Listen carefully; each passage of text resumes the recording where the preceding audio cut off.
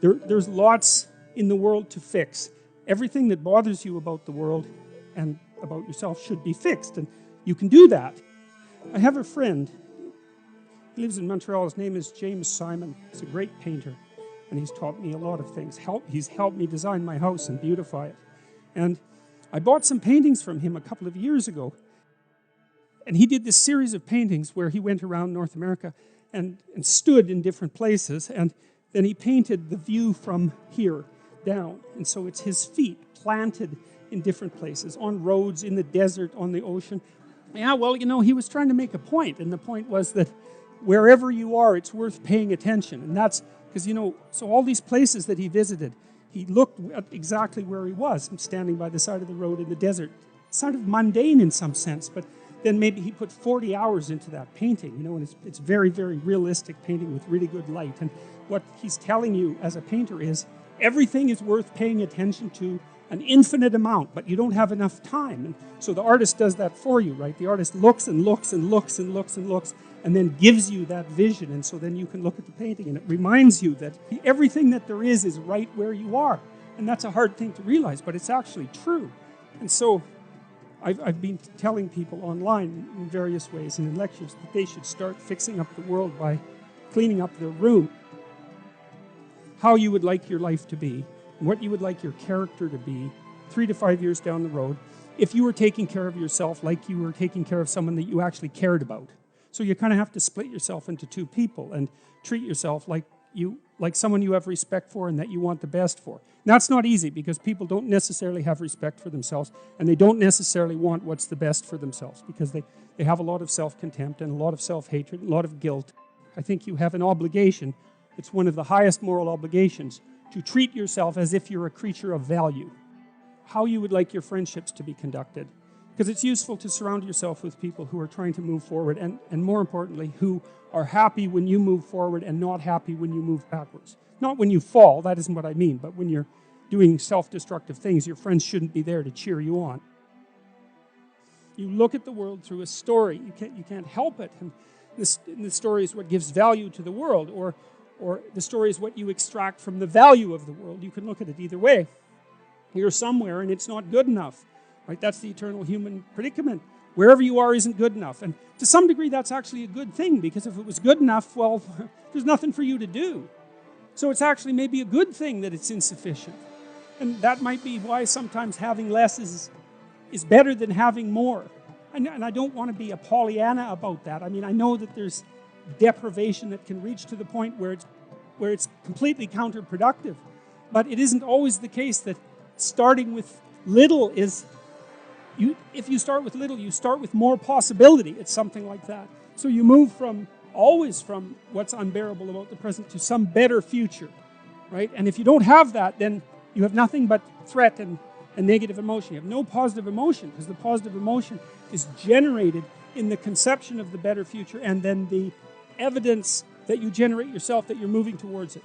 That's where the positive and fulfilling meaning of life comes. So you want to set up this structure properly. It's very, very important. And so what it means is that you want to be going somewhere that's good enough so that the going is worth the while.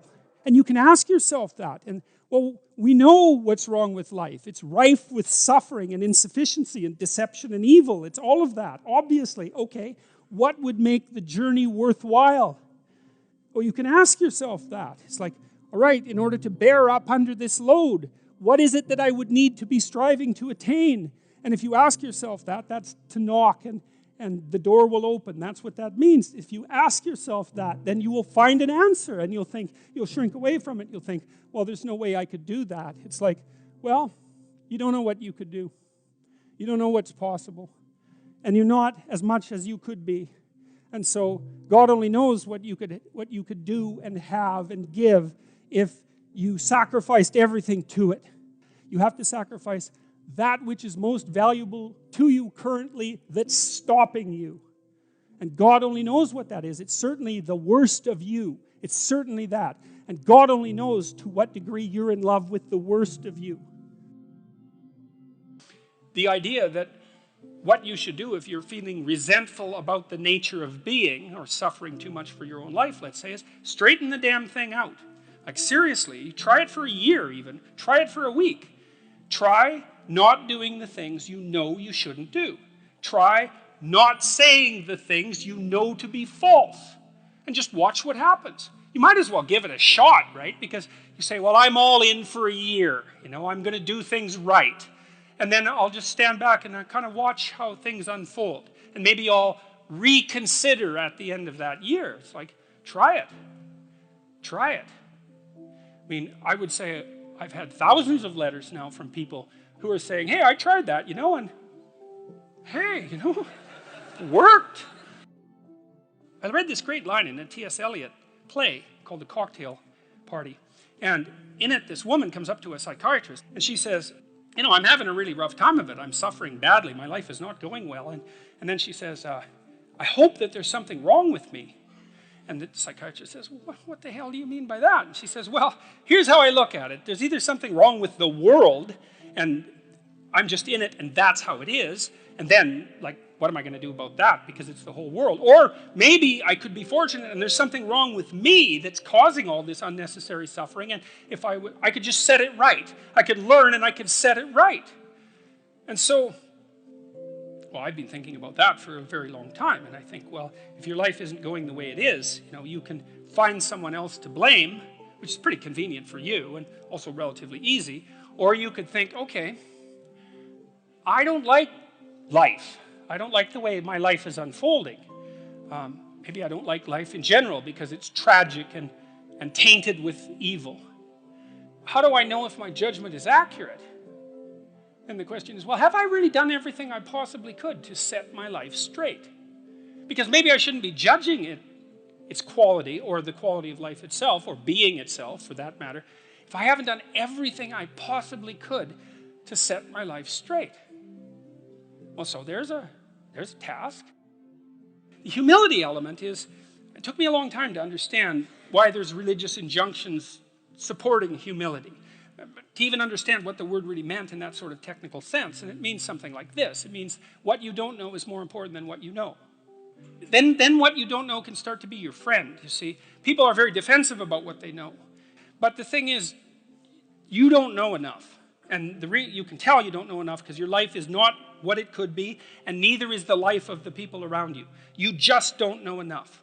And so what that means is that every time you encounter some evidence that you're ignorant, someone points it out, you should be happy about that because you think, oh, you just told me how I'm wrong. It's like, great. Like maybe I had to sift through a lot of nonsense to get through the real message that you're telling me, but if you could actually tell me some way that I'm wrong and then maybe give me a hint about how to not be wrong like that, well, then I wouldn't have to be wrong like that anymore. That would be a good thing. And you can embark on that adventure by listening to people. And if you listen to people, they'll tell you amazing things if you listen to them. And many of those things are little tools that you can put in your toolkit, like Batman, and then you can go out into the world and use those tools, and you don't have to fall blindly into a pit quite as often. And so the humility element is, well, do you want to be right, or do you want to be learning? And it's deeper than that. It's, do you want to be the tyrannical king who's already got everything figured out? Or do you want to be the continually transforming hero, or fool for that matter, who's getting better all the time? And that's actually a choice, you know. It's a deep choice. And it's better to be the self-transforming fool who's humble enough to make friends with what he or she doesn't know and to listen when people talk. And listening is a transformative exercise. Like if you listen to the people in your life, for example, if you actually listen to them, they'll tell you what's wrong with them and how to fix it and what they want. They can't even help it if you start listening, because people are so shocked if you actually listen to them that they tell you all sorts of things that they might not have even intended to, things they don't even know. And then you can work with that.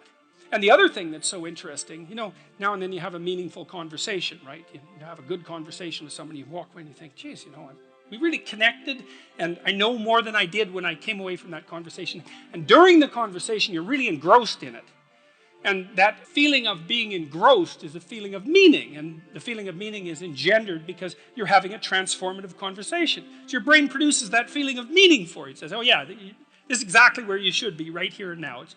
It's the right place and time for you. And that's a great place to occupy. And so a good conversation where people are listening has exactly that nature. And the reason it has that nature is because it is in fact transformative. It's one of the truisms of clinical psychology. Like if you're a clinical psychologist, a huge part of what you do is just listen to people. It's like, you know, they come in, they're unhappy, and they'd rather not be, something like that. You say, well, why do you think you might be unhappy? And they don't know. They have some ideas, and they may have to ramble around for like a year before they figure out why they're unhappy. They get rid of a bunch of reasons why they thought they were unhappy that are untrue, and then you kind of get to the heart of the problem. And then you might ask them, well, if you could have what you wanted so that your life would be okay, what would that look like? Then they have to ramble around a bunch about that because they don't really know. But the listening will straighten them out because people think by talking. And in order to think, you have to have someone to listen because it's very hard to think. Hardly anyone can think. And even the people who can think can only think about a limited number of things. But almost everybody can talk. And you can listen to yourself talk. And if someone listens to you, then, well, then you also have a foil for your thoughts, right? Because you can watch the person when you're talking and see if you're boring or see if you're amusing or if you're engrossing, all of those things. And